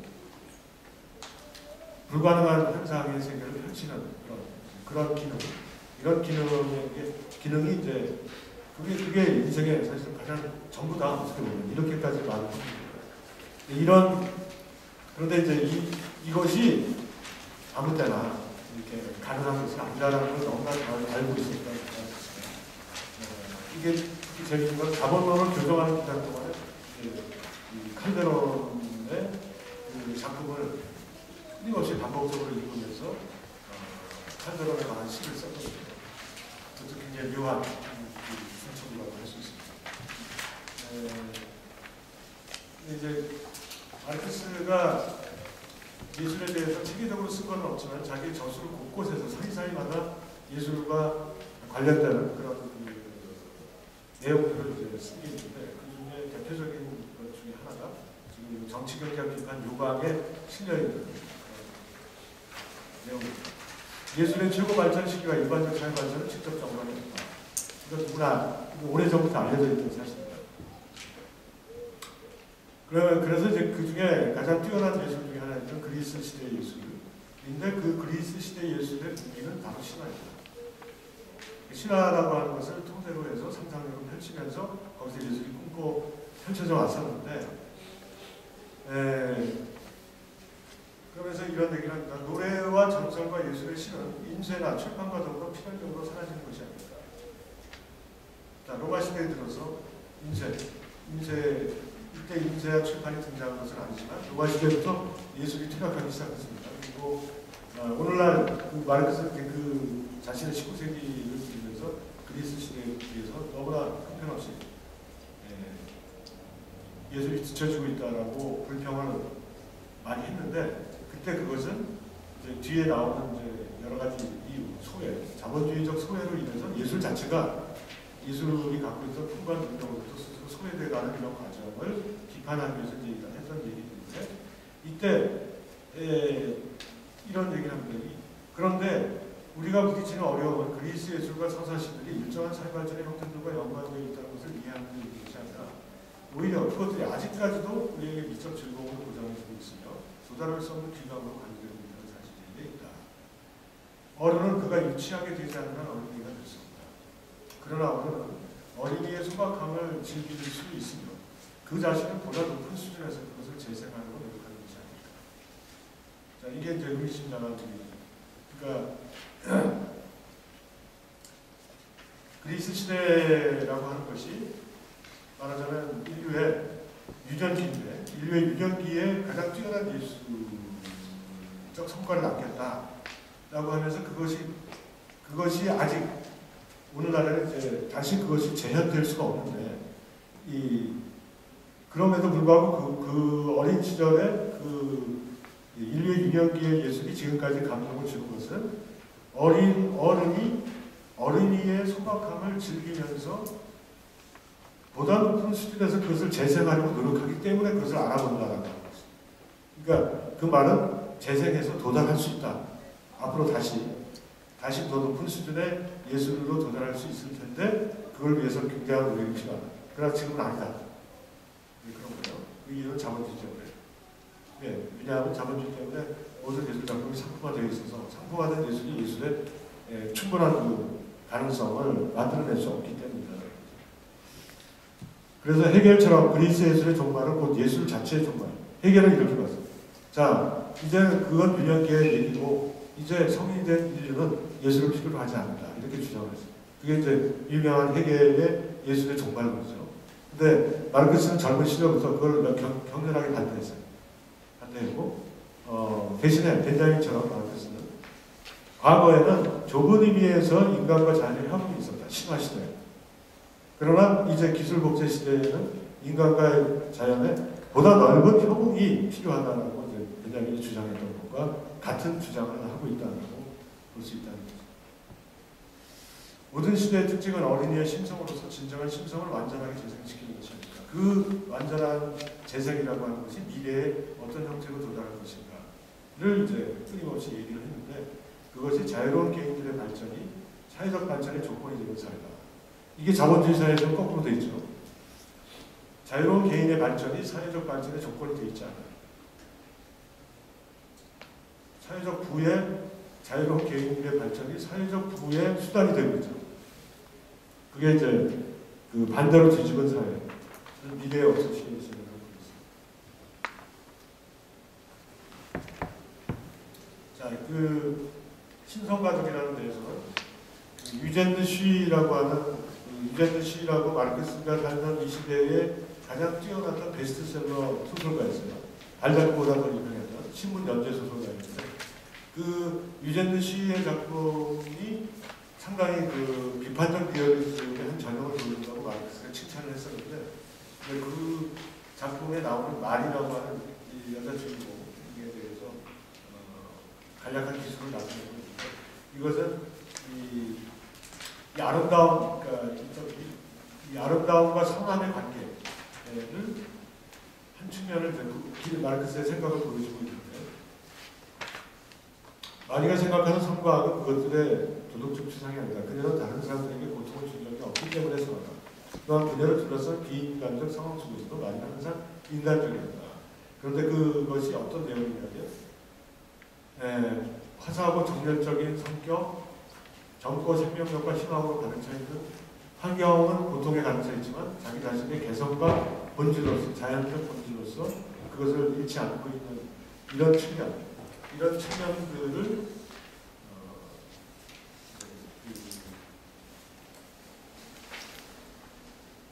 이게 마르크스가 생각했던 자연적인 본질이 개성을 통해서 어떻게 드러나는가를 강조하는 측면이라고 얘기할 수 있겠습니다. 자연의 아름다움에서 느끼는 인간적 희열, 뭐 이런 것들을 이제 미의 본질 중에 중요한 부분으로 강조했다고 얘기할 수 있습니다. 이 마르크스의 그 예술과 관련된 문장을 간추해서 모아놓은 그 책인 마르크스 엥겔스의 문화예술론을 붙인 스테판 보람스키의 성우인데요. 여기서 마르크스가 생각했던 요지는 뭐냐면 호모 파베르, 노동하는 인간, 즉 제작하는 인간으로부터 호모 에스테티쿠스, 미적인 인간으로의 발전, 이런 거. 이게 이제 요게 그 마르크스의 미학 이념의 핵심이다. 그럼 마르크스의 공산주의, 마르크스가 얘기하는 코미니즘의 핵심은 호모 파베르가 호모 에스테티쿠스가 되는 거죠. 그렇게 되면 맨 밑에 보시면 1, 2, 3 도나운 페이지로 세 가지 요소가 있는데요. 그렇게 될 경우에 개인의 창조적 능력이 완전히 변합니다. 두 번째는 노동의 성격이 점점 미학적으로 변해가는 것입니다. 그것의 미래는 노동이라고 하는 것의 노동의 미래는 자기 활동, 곧 구체적 심리적 능력의 자유로운 활동이다. 세 번째, 모든 사람들이 예술의 전 영역에서 예술적 성취를 거둘 수 있도록 개발되는 것입니다. 이제 더 이상 전문적화가 존재하지 않고 단지 모든 이들이 참여하는 추구물로서의 회화가 있습니다. 이것이 이제 호모 파베르와 호모 에스테티쿠스가 되는 그런 상태. 그러니까 이게 이제 그 벤자민이 얘기하는 정치 상태의 변증법에서 이미지와 이념이 하나의 성자를, 그러니까 개념으로 분할한 이미지들이, 단자적인 이미지들이 하나의 이념적 성자를 구성했을 때 그 성자가 바로 뭐냐면 호모 파베르가 호모 에스테티쿠스가 되는 그런 사회적 상태, 또 그때의 예술, 또 그 도정을 향해서 가는 예술, 뭐 이런 것들을 함축하고 할 수 있습니다. 시간이 부족한 관계로 어쨌든 제 얘기는 여기서 마치고 질문을 통해서 간단히 보충할 수 있도록 하겠습니다. 지금 몇 시죠? 한두 가지 정도 얘기가 너무 복잡해서 이게 잘 정찰이 됐을지 모르겠습니다만 어쨌든 그림을 중심으로 설명한 내용들을 상기하시고 나머지는 집에 가서 또 시간 나시면 자세히 읽어보시면